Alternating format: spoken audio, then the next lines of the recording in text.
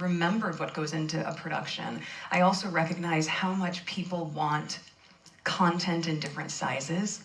So part of what we're testing out now is, it's amazing to be able to sit and watch a show for 30 minutes, but how can I give you a recipe in 2 minutes? And where can I share that with you? And how that continues to grow as ever. So exploring all the options of what it could look like.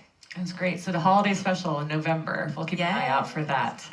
I do lots of gift wrapping techniques. You guys know I used to teach gift wrapping at PaperSource, and advanced gift wrapping. So, you know, all of those things that you do as an auditioning actor, that's not the full circle I was expecting, but here we are. Yeah, you had a lot of odd jobs. Froyo was another one, I believe. Yeah, Humphrey Yogurt, that was my first job. And, you know, when I used to do calligraphy, I used to do it for so many celebrity weddings and for hotels.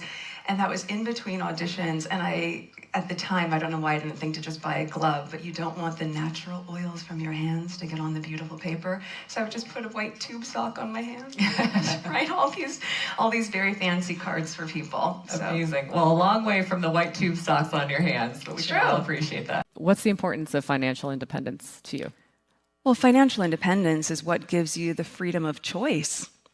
And I think in this day and age, we all need to be able to have our autonomy. That is a huge element of that, especially when you have people who have an appetite for the products in global territories, but we aren't selling internationally yet. And so they're finding workarounds where they'll have their friends stock up for them and then ship it to them separately. So the inventory is moving in a way that we hadn't anticipated, which is the biggest blessing.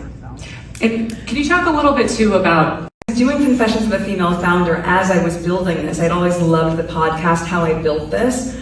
And I thought, could we do something that feels a little bit like the tenor of how I'm building this? And really be candid. But you're not on TikTok. I'm curious, why, will you be going on TikTok? I don't know. I mean, I think, look, I have had a very complicated relationship with social media, as you can probably imagine. And I also recognize the role that it plays in business. Part of it is, you know, equally the work that you were talking about earlier. My husband and I spend a lot of time working on online harms, specifically surrounding protecting our children, not ours personally, but all of our children, for what they're susceptible to in the online space. So I'm sensitive to that. I also recognize that if you can show up in these spaces and be on the side of good, there is tremendous value in that also. So we're going to continue to expand the footprint in the social and digital space for the brand. For me personally, I don't know. The last time I was on Instagram,